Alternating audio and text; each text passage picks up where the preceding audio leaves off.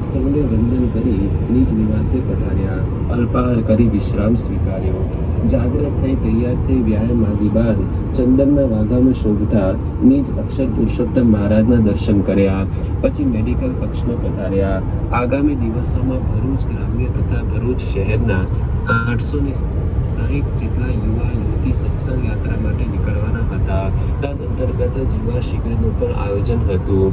તે માટે સ્વામીશ્રીએ આશીર્વાદ અર્પ્યા અને તેમની વસ્તુઓ પ્રાસાદિક કરી. વિશેષમાં અનિર્દેશદાસ સ્વામીએ જણાવ્યું, સ્વામી, હવે કોઈની પાસેથી ફોન તો લેવાય એવું નથી, પણ સૌ ફોનથી સતત સત્સંગમાં રહે તેવી એપ્લિકેશન આ યાત્રા માટે ડિઝાઇન કરાઈ છે. સ્વામીશ્રીએ તે એપ્લિકેશનનું ઉદ્ઘાટન કર્યું. અનિર્દેશદાસ સ્વામી તેની વિશેષતાઓ જણાવી કે આમાં આખી યાત્રાનો રૂટ દેખી શકાય. જે સ્થળે જવાના હોઈએ તેની પૂરેપૂરી માહિતી પણ તેમાં આપવામાં આવી છે.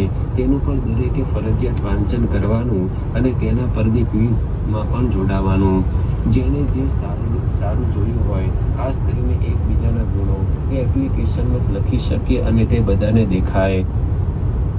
લોસ્ટ એન્ડ ફાઉન્ડ જેવા વિભાગો પણ છે. કોઈની કોઈ વસ્તુ ખોવાઈ હોય તો તે લખી શકે, જે બધાને દેખાય, ને કોઈને કંઈ મળી હોય તો તે પણ આમાં લખી શકાય, જે બધાને દેખાય. સ્વામીશ્રી ટેકનોલોજીના આવા સદુપયોગથી ખૂબ રાજી થયા અને બોલ્યા, આ બરાબર કરે તો બહુ નોલેજ મળે.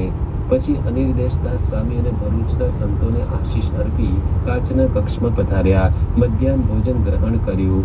અંતે ગુરુમનનદાસ સ્વામીએ પૂછ્યું, સ્વામી, ગઈકાલે સંસ્કૃત મહાવિદ્યાલયનો કાર્યક્રમ સુંદર થયો. આપ બહુ રાજી થયા, પણ આપે આશીર્વાદમાં ખાસ યોગી બાપાને યાદ કર્યા.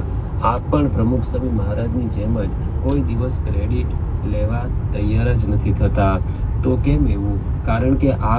કારણ કે બધા આપના જ આશીર્વાદ લે છે અને આપના જ બળથી કાર્ય કરે છે. તો બધો જશ કેમ યોગી બાપાને અર્પો છો?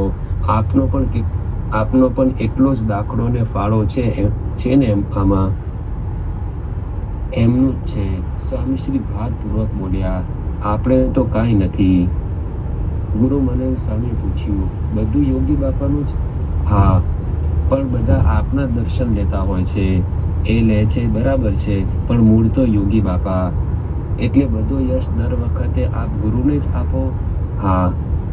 આ વાર્તાલાપ 1 મિનિટ કરતાંય ઓછો હતો, પરંતુ સ્વામીશ્રીની અનંત ગુરુ ભક્તિ ઉજાગર કરી દે તેવો હતો. સ્વામીશ્રી ત્યાર પછી પ્રમુખ ઉદ્યાન કુટીરમાં પધાર્યા. સંતો પાર્ષદો સાધકોને પુરુષોત્તમ બોલ્યા પ્રીતેના વચનો પર કથા વાર્તાનો લાભ આપ્યો. પુરુષોત્તમ બોલ્યા પ્રીતે, જેમાં નિયમ હોય તે માર્ગ આપણે કઠણ લાગે છે. સ્વામીશ્રી કહે, કેમ કે વિજાતીય છે. આપણે અનંત કાળથી અવળે માર્ગે ચાલ્યા છીએ, એટલે કઠણ લાગે જ ને. અનંત કાળથી 1-2 કાળ હોય તો બરાબર છે. 4 દિવસની ટેવ પડી હોય તોય 5મે દિવસે મુકતા કેટલું કઠણ લાગે છે. તો આ તો અનંત કાળથી અવળી ટેવ પડી છે, તેને છતી કરવી તે કઠણ તો પડે. આપણે સત્સંગ છે એટલે ઘણી લિફ્ટ મળી ગઈ છે, ઘણા ઊંચા આવી ગયા છીએ, તોય કઠણ તો છે જ. ઇન્દ્રિયો